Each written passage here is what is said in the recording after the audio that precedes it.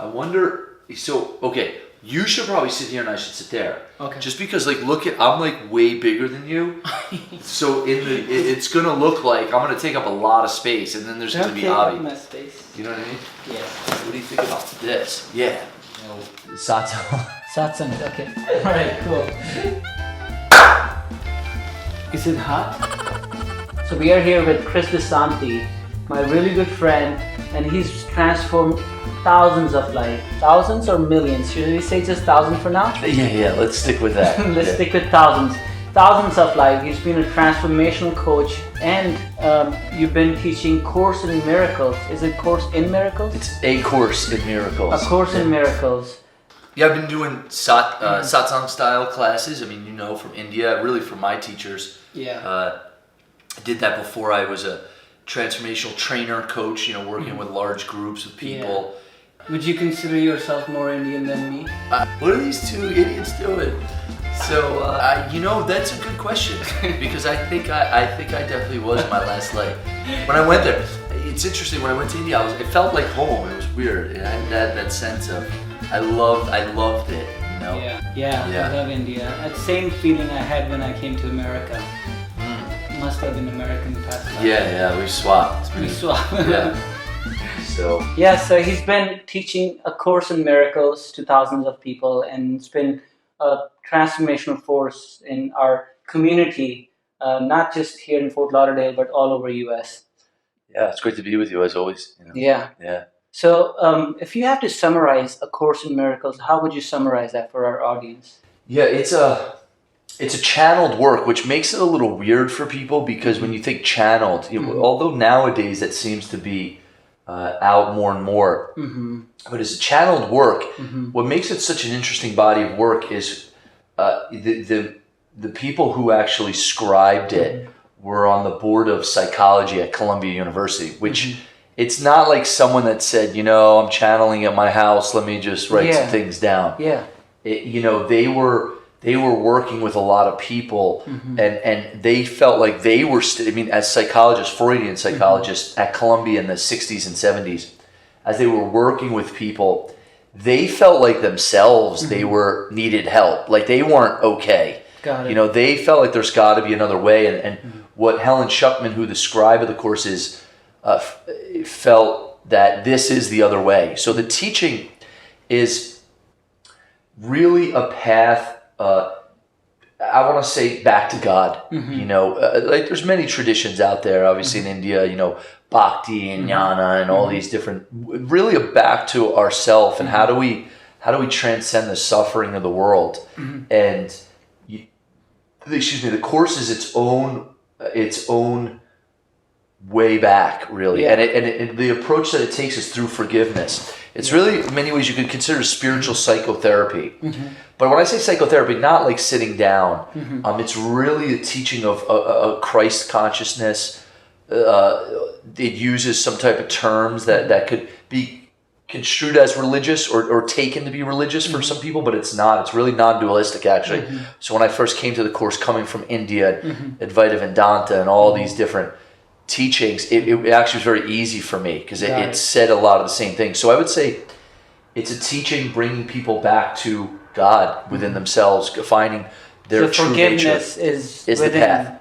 Themselves, forgiving themselves in a way from all the guilt and all the things we've taken upon. Yeah, and not even just the emotions, but you know, you really relate to this, is that it's like we're dreaming a dream, and the forgiveness is not like I forgive you for doing this to me. Most people have it like that, but the forgiveness is that it goes even deeper than that, that I could even conjure up a nightmare in my own experience, my own mind. The forgiveness really, in the end, is ultimately of myself. Beautiful, yeah. But channeling has been there forever. Yeah. The whole Vedic system was found on channeling. We call it Akashvani. There is a voice from the clouds, and this basically, they were all depicting channeling. Yeah. So channeling is the word. It's been, wherever the information comes from, really, if it's good information, they say, doesn't matter where it came from. Yeah. You know, it's like, well, this cup, you know, this blue, you think it's green, and forget about that. If I'm thirsty, drink the water. Drink the water. And don't focus on the cup itself. And that, I think, is the Course, like other great modalities, gives us a tool for awakening, for coming back home, coming back to ourselves. Bringing yourself or merging back to that oneness. Yeah. It's the whole aspect of yoga. Yeah. Yoging, union back to the oneness. So is there a lot of chapters in the Course? There is. There's 30. Well, there's 3 parts. I actually do. I for many years I train trainers. People, coaches that do transformational type work. I work with them on A Course in Miracles. There's a company that I teach, that I'm involved in, where I've been doing workshops for many years. Their whole staff, I teach them the Course each week. So it's I do 15 months actually with with very in depth, very deep dive. There's 3 books in one, and there's 31 chapters so when I say 3 books in one, there's a text, a workbook for students, and a manual for teachers. So the text has 31 chapters in it. The workbook for students has a lesson every day for an entire year, so it's 365 lessons. So it's in practice. Absolutely, like you practice every day. How does this chapters over the year work? Do they slowly start transforming you as you do? The first is 31 chapters in the text, and there's a workbook for students, which is a lesson each day. They're cumulative; they build on each other, and they're its own training. The first lesson. Nothing I see in this room from this place, on the street, wherever I'm at, means anything. And people are like, well, what do you mean it doesn't mean anything? But it goes on to say, I've given everything I see all the meaning that it has for me. That there's also, when you talk about separation, the Course is probably one of the best, if not the most comprehensive study of the ego that I've ever come across. Because remember, they were Freudian psychologists, so Freud spoke about the ego in a way that really brought it to the Western world in a certain way. It became mainstream, like, talking about the id, the ego, the superego, and all these things. Well, they were Freudian psychologists, but what it took, it was a step deeper, that even maybe Freud, we as humans, really could only go so far with the conversation. So when you were talking about separation, it really dives into that at a very deep level. Where does the separation stem from? What continues it day in and day out for us in our experience? And then the last part of A Course in Miracles is what we call the manual for teachers. Manual for teachers. Yeah, that has clarification of terms and questions, and characteristics of teachers, that really want to teach and be a avenue for people to wake up and be free of suffering in their life. So waking up from that perspective, from A Course in Miracles perspective, is just going back to the oneness. Now the real question is, can we maintain that state of consciousness, awareness? Yeah. What the Course says a little bit differently, and I've come to discover, is that the Course says as human beings, we're subject to 2 distinct thought systems in our mind, love and fear. It's part of this mechanism, if you will. The physical reality. It's part of the physical reality. So you're not going to get out of, while we're playing around with this body, when we think we're this body, we're subject to forgetting. So my guru used to say this, that there is no time in this conversation, but if you assume there's a time, he said, our souls waited millions of years to get this human birth, a human experience. And now that we are in a human experience, we want out. We want out-of-body experience. We want to let go of the ego and merge with the universe. So does Course of Miracles talk about that? Absolutely. So Course distinguishes, so like what your guru is talking about, the distinction between revelation and miracles. Revelation is so unspeakable. It unites you directly with God. You can't even speak about it. Any pointing at it, speaking about it, words fall short. But miracles, what the Course says, unites you directly with your brothers and sisters in the world. And what the Course says is it's actually more important for us where we're at right now to practice miracles in day-to-day life than just seek for revelation all the time. Because you might get it, you might not. Maybe you get it, then you lose it. Then people are depressed because they lost it. Where miracles is really simple. you start to look at your relationships. Look at those places in your life you're not at peace. Look for those places where there's conflict in your life. Just wake up in the morning, get out of bed, and go in your life. You're going to see all kinds of opportunities. So we talk about what a miracle is. It's a shifting in our mind from the thought system of fear into the thought system of love and extending it out to the world. Yeah. So that's the practice. And that can be applied to every aspect of life. Every situation. Yeah. Reminding that all the time Yeah. is the practice from now to now to now Yeah. to now, from moment to moment to moment. Yeah. And if we just create love in this moment, then there is no way that this love is not going to show up in our future if we are aware throughout. Yeah, it's what the Course calls that. What you just said is the correct use of time. The correct use of time, to give time. Really, the purpose of time is to wake us up to eternity. The Course says.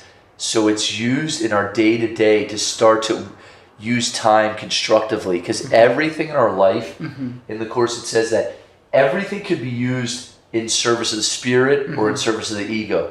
You could use time constructively or destructively. So true. Time is nothing in itself.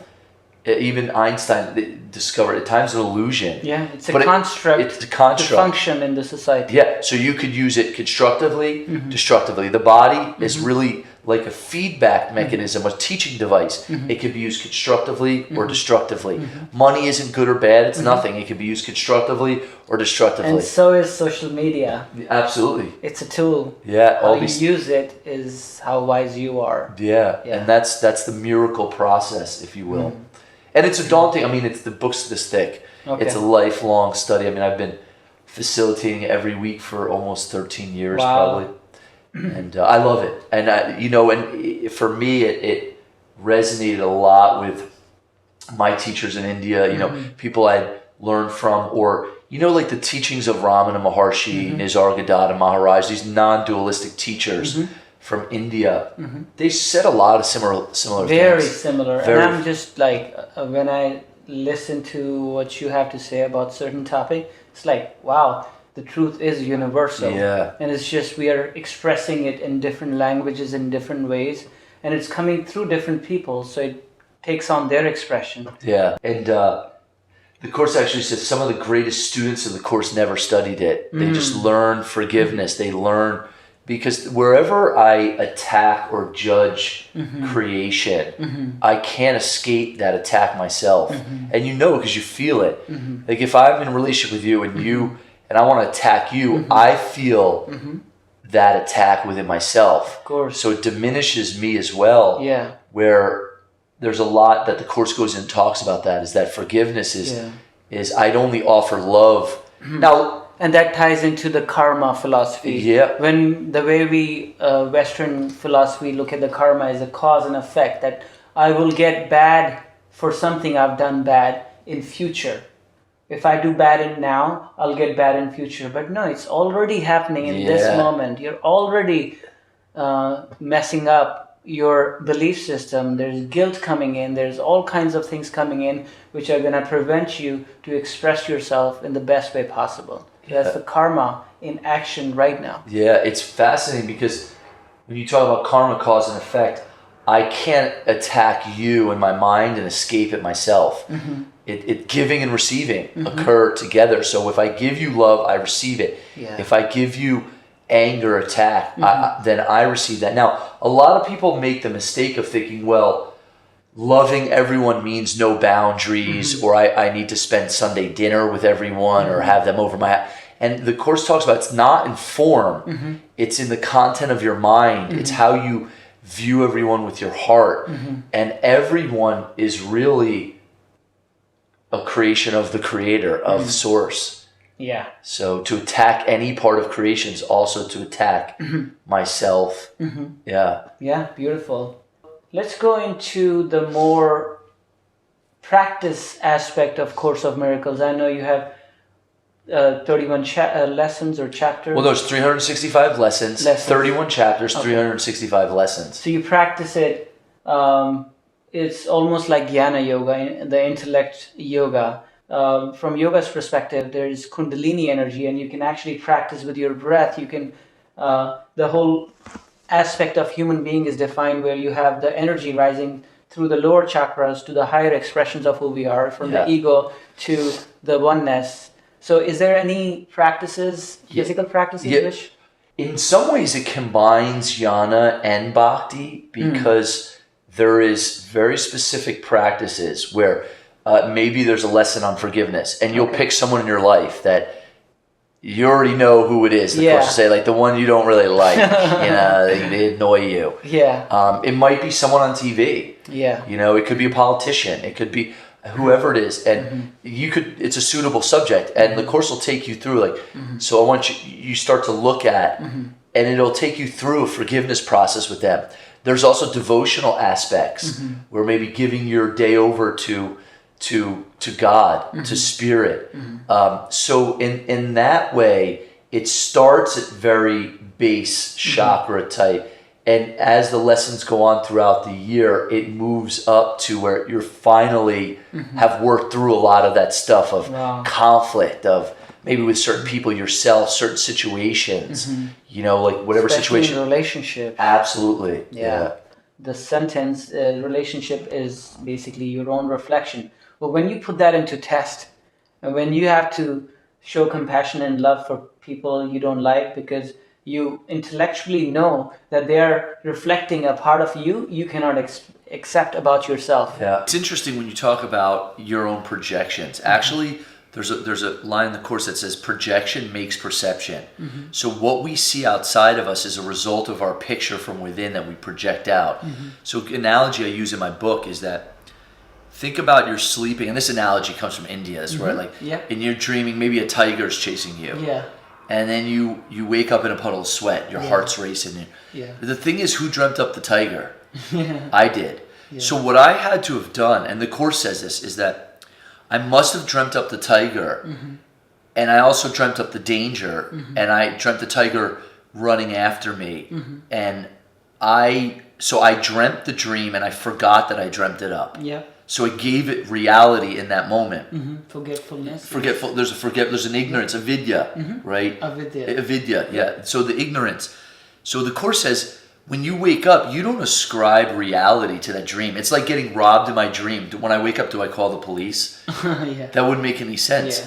But what the course says is, your mind's doing that in the dream state. What makes you think when you wake up it's not doing it? So crazy. It's just, this is way more solid, this feels more real than that. But when you're in the dream, that feels real. It feels very real. So that what really, when you talk about your own projections, it's actually recognizing ourselves as the dreamer of the dream rather than at the mercy of the dream. Yeah. And that's fundamental distinction. When you see that, then you see what I see out there has something to do with me as the seer, as the observer. And quantum physics is actually coming to this now.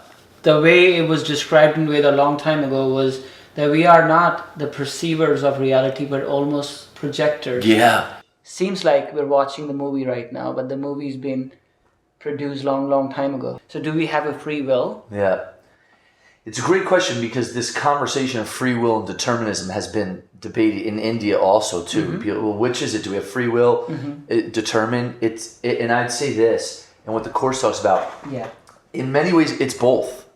So, if I can put it in as simple of terms as possible, what the course says is that choice is the one remaining freedom we have. We can choose which teacher to listen to: the ego, the Holy Spirit, or spirit, the inner guru, whatever you want to call it. Those are two distinct thought systems. We are the decision maker of the mind. We choose which one that we want to listen to and learn from. And what the course says is that you have the choice to wake up or stay asleep, really. But in the end, you realize there was never a choice anyway, because it's inevitable that we all wake up to God. Yeah. So it's like the end is already certain. Yeah. It just seems right now that we're choosing between A and B and moment to moment, and time brings in this, because there is no choice in eternity. It's beyond what we can even grasp. Our minds cannot even understand it. But in this moment, choice, free will, is a very powerful It can be a very powerful tool for people. Yeah. And also knowing that nothing comes to me by accident. Yeah. Everything that comes to me, I drew to myself. I'm responsible for what shows up and what I see. So I'm like writing the script or the author of the script. And at the same time, it's already done. The Course says we're undertaking a journey that's already over. Yeah. Back to where we've always been. Yeah. But that doesn't land for us right now. Like I gotta pay my bills. Yeah. I'm struggling in my marriage, or whatever it is. Yeah. So the Course says, okay, since you believe in all of this, and this is how it is for you, let's take the dream. It's a nightmare. It starts off as a nightmare for people. Let's turn it into a happy dream. Still dream it. But then I can eventually wake up from dreaming altogether. And that's, in India, we call that the moksha, liberation. Moksha, yeah. Yeah. So this brings me to this story from India. There's this story about this king Janak, Raja Janak. Raja is king.